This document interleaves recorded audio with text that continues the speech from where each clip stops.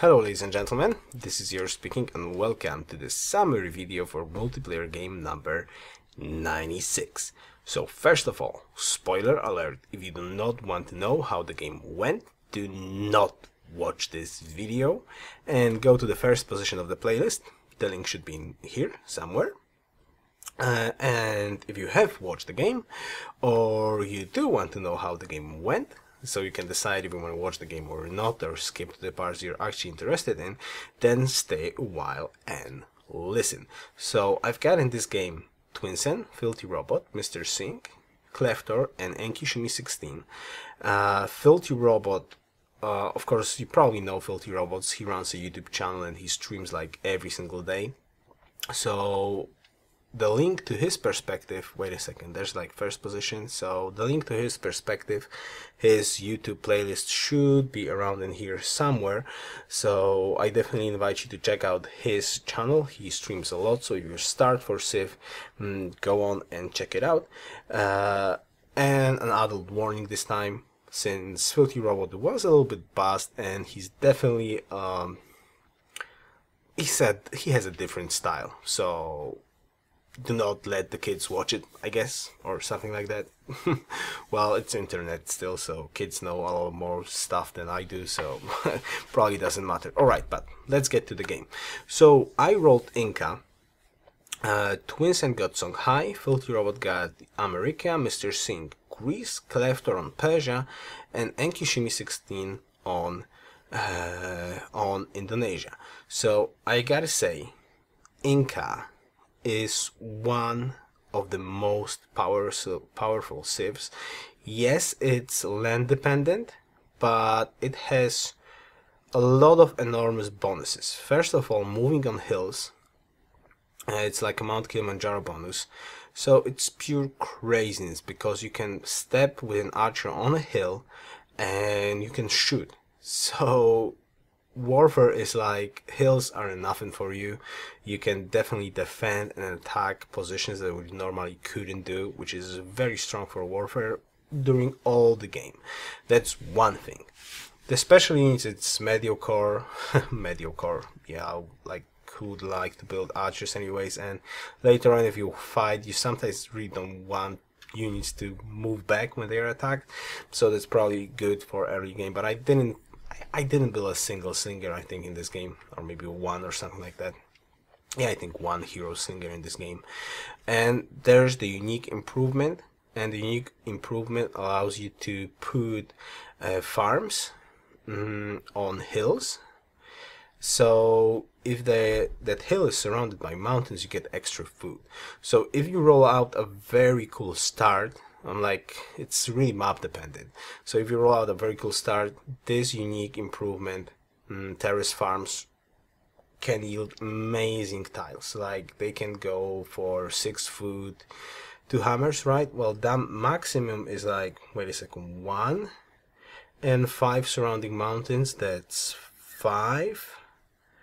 So that's 6. Yeah, the max is like 7, right? 7 and 2 hammers. So that's like wow, Lake Victoria with hammers or something like that. So that could be quite powerful in the throughout the game. So I rolled this start and I was like, okay, where could I possibly move? Now I do see mountains, and having a mountain in the capital is like really amazing. So I was like, okay, let's scout a little bit and let's see if I can actually put my capital on a mountain. So let me see what I came up with. Okay, so you can see my smile, like a huge smile. This is my land. Now this is almost a perfect, this is almost like a perfect land for Inca. I was super happy. I was able to get a city on a mountain, my capital on a mountain, and it's actually pretty decent mountain.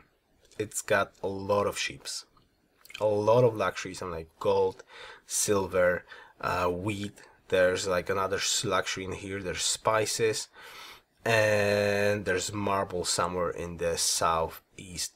So this spot, I looked like at the spot and I was like, yeah, this game's gonna be good.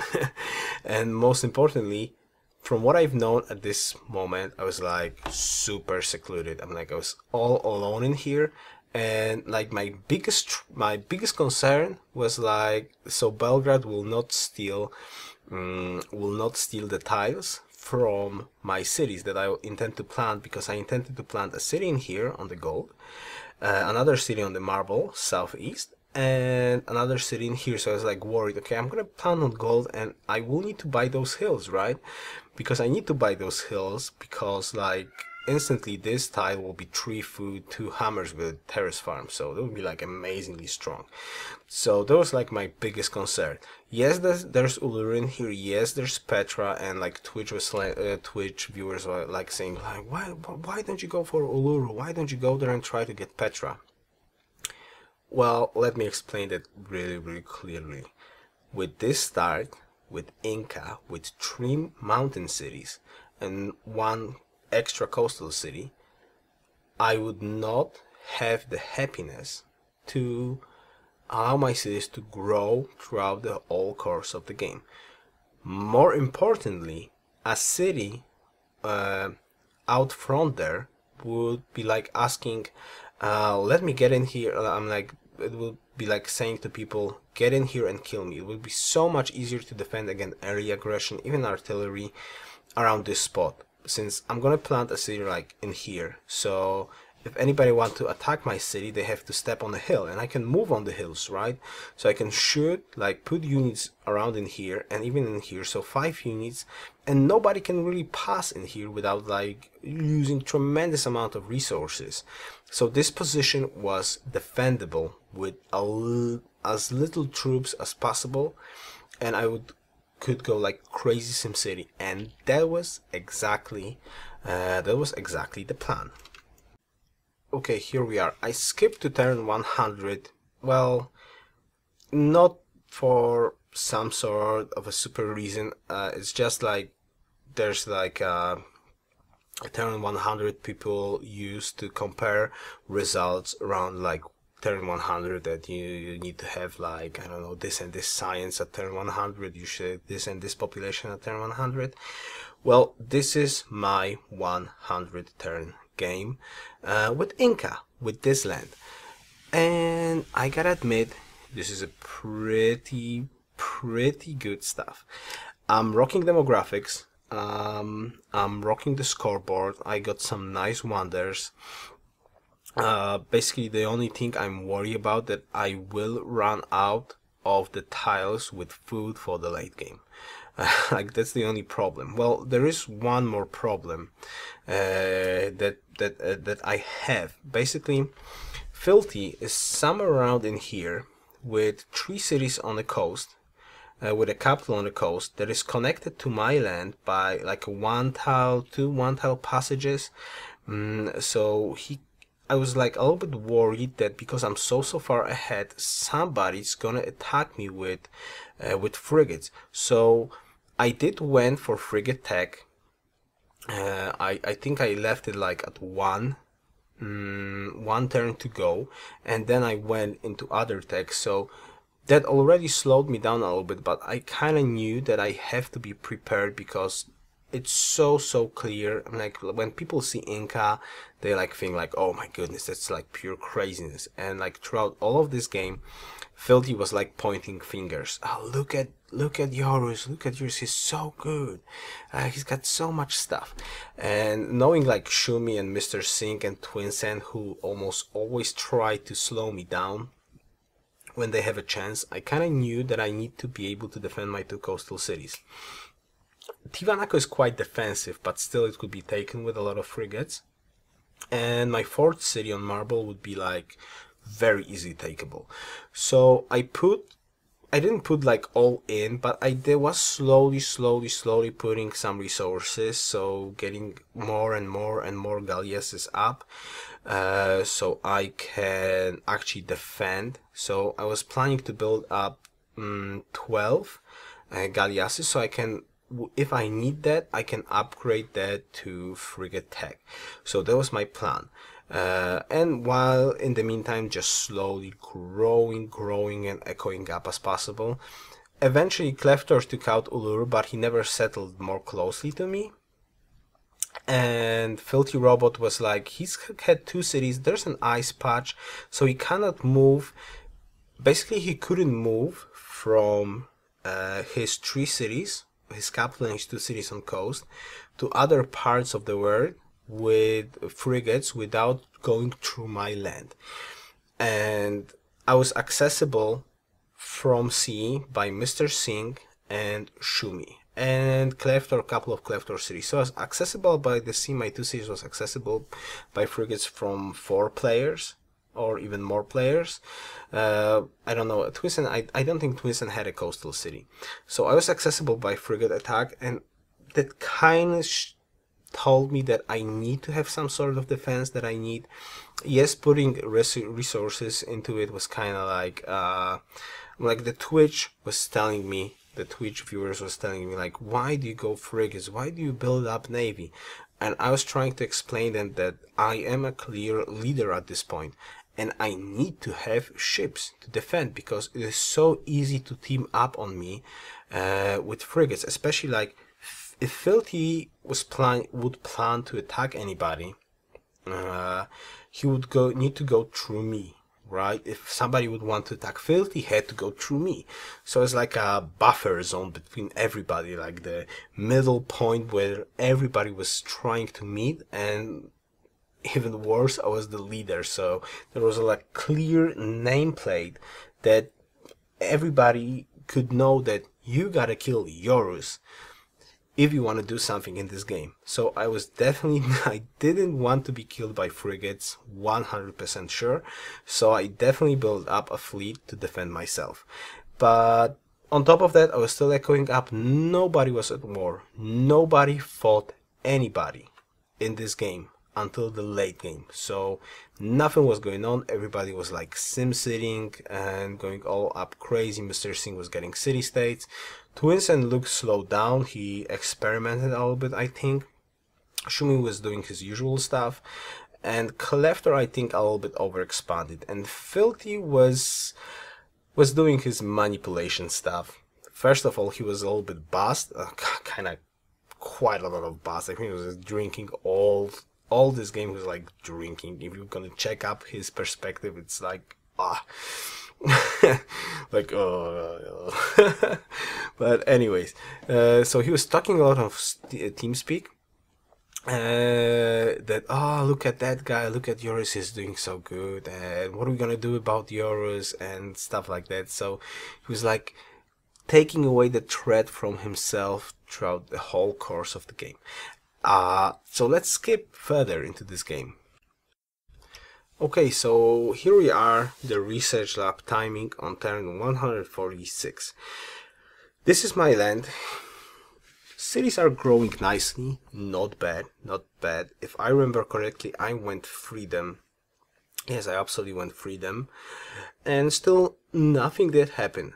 So my fleet of frigates, actually you can see only 4 frigates in here because the rest of the frigates are surrounding a settler of Shumi who's like swimming around the coast and like swimming around the ocean trying to find island to settle, and I didn't want him to settle a city near me. No sorry.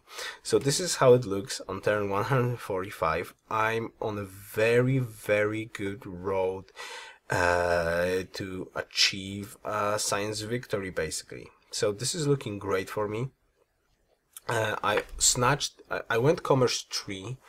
I snatched Big Ben from Shumi, which is not really that important maybe, but well, he entered industrialization first, which is kind of surprising, but he entered that and he did not great engineer that. So I risked and used the great engineer on Big Ben just to slow him down a little bit, because usually he goes like autocracy, commerce, and buys stealth in the late game and tries to kill everybody. So I assumed that he would do exactly the same in this game, which I didn't want to help him out. And actually Big Ben was kind of helpful for me, because it allows you to buy parts if you can finish up freedom, right? And I had a quite nice culture in here, which is working quite well. And so I was planning to actually try to sneak in a science victory with freedom buying parts strategy.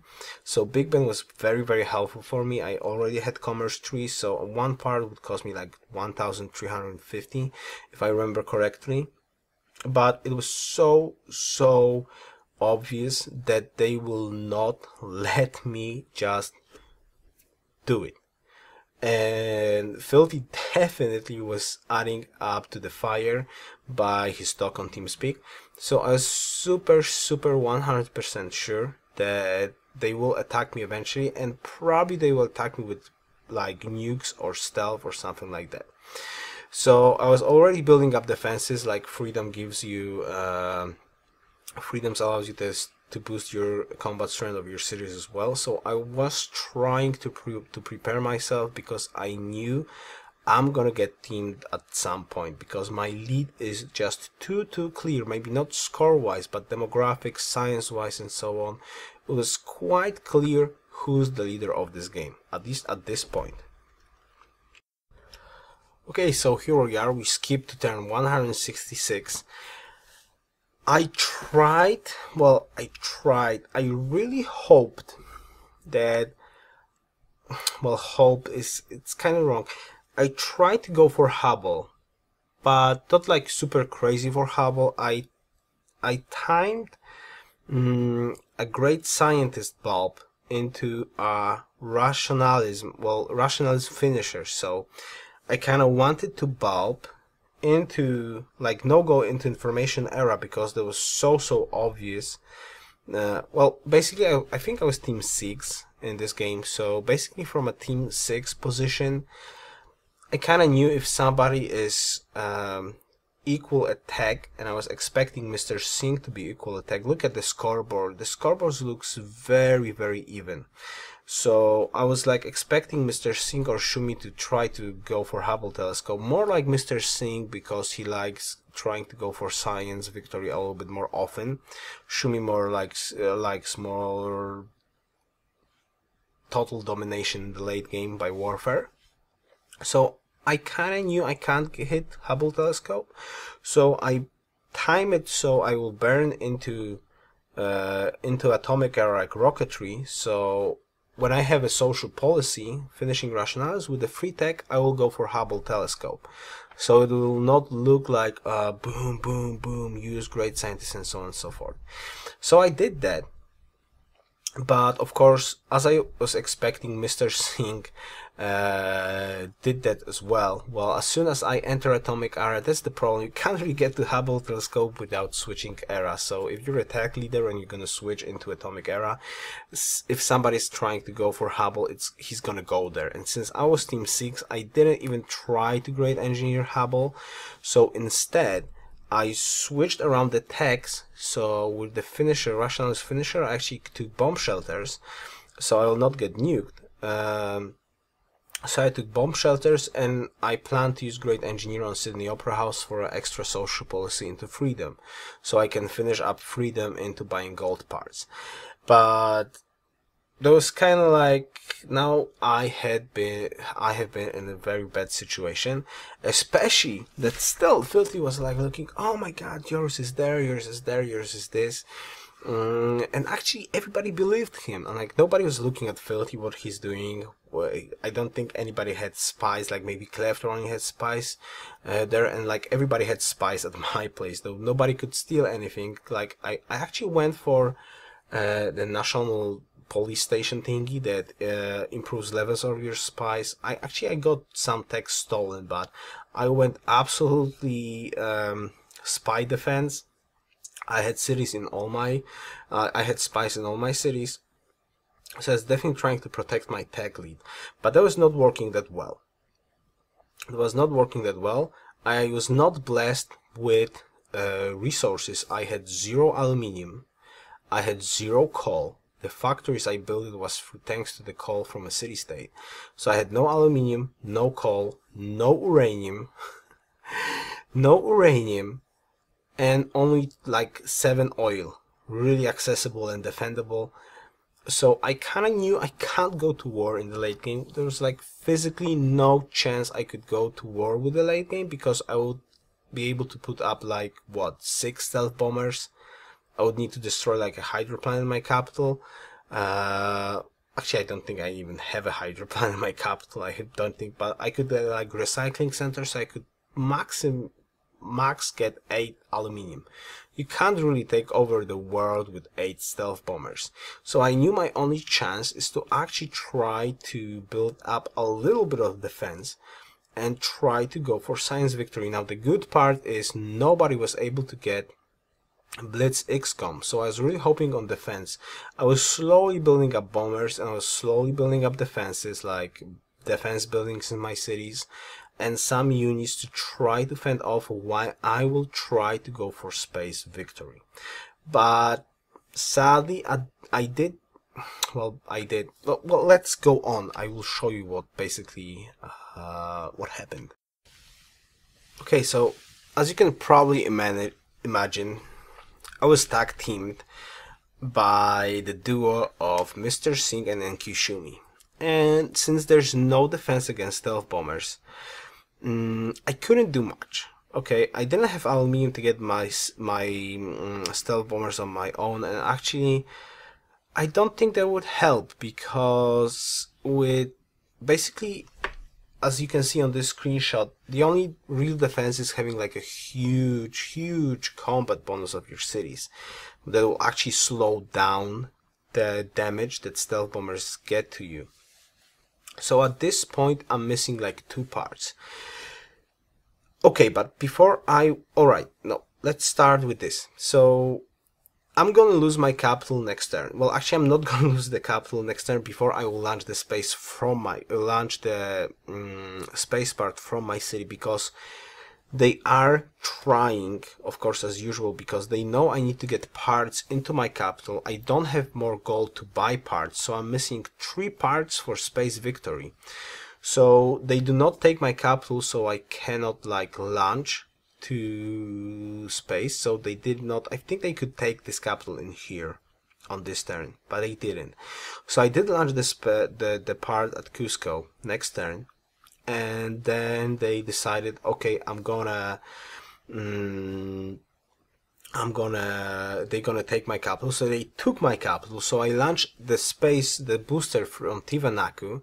So I launched it too. So I was missing 1 part on turn 191. I was missing 1 part on turn 191. And I'm gonna skip to the moment that I could possibly launch the last part. Okay, so here we are, and now I'm going to talk a lot about the whole game.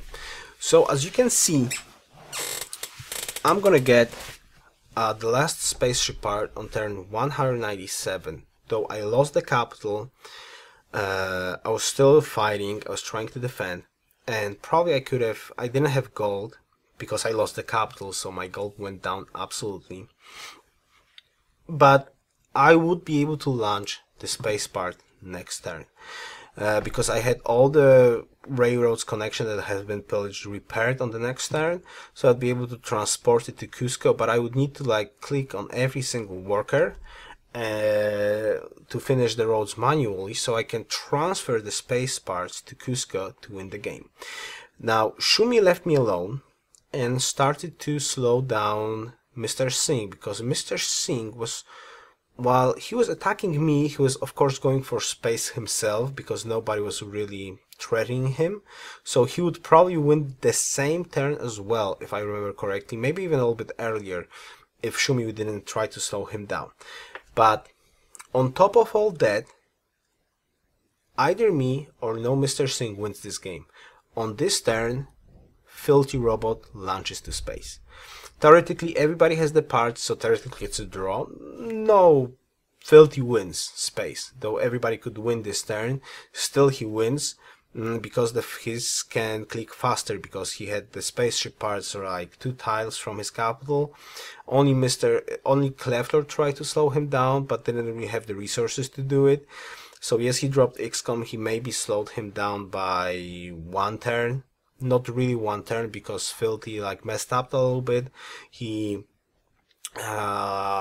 instead of like starting to build the road, he tried to improve the tile. If he would start to improve the road, he could finish next turn, so he could finish one turn earlier, like on turn 195. But that's of course story crafting, like he did a mistake, but he could have, like, I could won. Yeah, let's talk about how I could have won and the mistakes I made. Well, the mistakes I made. Probably taking frigates into one turn maybe was not that smart move. Nobody really attacked me with frigates. And like Filthy was silently supporting me a little bit, of course in his own best interest, because he knew that somebody has to attack me to slow him down. And now himself attacking me is not working the best for him, because he's not that good at demographics like Mr. Sink and Shumi. So he didn't want to do it himself, he wanted other people to do it. And that actually happened. Mr. Sink and Shumi devoted some resources to attack me, and they did slow me down enough to attack me. You could argue, then why didn't you take Filthy out? Well, taking Filthy out wouldn't be as easy as it looked. First of all, well, the same goes the other side. Filthy couldn't really take me out with frigates, because he had like one tile passage into my land. So if somebody would attack us, they would need like to get all the fleet in here in one move, and I was preparing and he was preparing, so you couldn't really say that if I could take Filthy. Even if I could take Filthy out, I would need to probably put a lot of resources into it that would slow down my infrastructure. So I guess I was going for frigate so that I will have a chance to defend myself if somebody tries that. But it was like, okay, who's gonna get frigate tech first? Who's gonna get frigate tech first? And actually when somebody did get frigate tech first, I used ton of gold, all that saved up gold, to upgrade to frigates. So there was like no surprise. Nobody could really surprise anybody with frigate, because almost everybody was trying to prepare for that. At least I think so. So taking out Filthy would slow me down. First of all, could I even take him? Like two of my cities versus 3 of his cities on the coast, which one of that is capital. The only option that could work was like a surprise attack, and I do believe he was at least a little bit preparing for that. So I don't think that would work. And if that would work, I would need to put a lot of resources into it that I didn't want to do, because that would just slow me down, like versus Mr. Sink. Versus Mr. Sink. So I didn't want to do that. And still having Filthy on the other side, in my opinion, was kind of balancing it out, which actually that part didn't work that well, because like throughout all this game nobody cared about Filthy, which is like, come on, that's crazy. Like, Filthy is still a very strong player. If you leave him alone to SimCity throughout the whole game, it's still achievable to get a win at turn 197. It's not a problem. Maybe it's not a turn 182 or 83 or 85 win, but still, it's a sub 200 win. Even with bad lands, you can achieve a sub 200 win easily if you're left out in peace. And he did that. He didn't even really plan to do it, but because everybody was like, he was like adding to the fire, basically. Everybody's like, oh, look at Yoruus, he's first at score, first at science, crazy hammers, crazy goal, he's gonna go freedom and he's gonna go to space. And he was just like adding throughout all the game, yeah, look at Yoruus. And while himself was just sitting back, relaxed, and suddenly, boom, he goes to space. So that was a cool game, very cool manipulating game on Filthy's robot parts. A very cool game. But let's talk about my mistakes. So perhaps those frigates was not that much useful. That could like cut off a couple of turns from, let's say, public schools. But in my opinion, the biggest mistake I have made is by using the gold. I used, I believe, around 2.5k gold on upgrading my frigates to battleships, only to take out Shumi's one city that he planted somewhere in here, Not really, he already had range to me. That was a huge mistake. I shouldn't have done that. If I wouldn't do that, I think I could have sneaked in and buy parts before before Shumi got stealth. I think I would be able to do it. But I upgraded, so I lost 2.5k gold plus 500 gold that I had when I lost the couple. It's like 2 parts that I could have easily bought from Tivenako, for example. So I could have easily won this game if that one decision, yes, battleships help me out later on to fend off XCOM and so on and so forth, but that wouldn't be really required because nobody attacked me with fleet. Of course, how could have known that? But that was not the bright idea. I shouldn't have upgraded to battleships and just save up gold to buy all the parts, like instantly. Go to tech and buy all the parts. Like, don't build up any parts, just boom and buy them all. I should have saved up the gold. This is something I should have learned if you go free them. I still have a hard time basically decided where's the timing to go for Apollo program. I went Apollo program very early in this game, and that was probably a huge mistake as well. So overall, a very cool game. I had an amazingly good game, tech, science, economy wise, and I could have probably played this a lot better on the decision-making side, let's say, for the late game, which sadly did fail. Still, even though I was attacked, I still could have won on the same turn that Filthy won. So yeah, I'm kind of still happy, right? I'm like, yeah, I lost the fast click at the end, but overall my game plan and strategy was not that bad. Yes, I made mistakes, but I still had the chance in the end to win.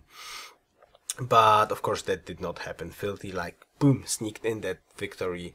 That was basically nobody was expecting. That was great part on him. Great stuff there. Alright, so yeah, basically that's it. There was I really enjoyed this game. It was quite a nice game. So I invite you, if you haven't watched the game, I definitely invite you to watch the game. The link should be in here, the first position of the playlist. The link to Filthy Robot playlist should be in here as soon as he uploads it, if it's not uploaded when I upload my game perspective, so you can definitely go and check him out. Though I warned you, he has an absolutely different style of behavior, and he's bossed in this game, like seriously bossed. So don't be offended by him that much. If yeah, I'm gonna stop talking. But still, he's quite a good player. He's a very good player. So, and in this game, he pulls off the manipulation. Just mwah, perfect. So, GG. Thank you very much for the game. Thank you very much for watching, and see you next time. Best wishes. Yours out.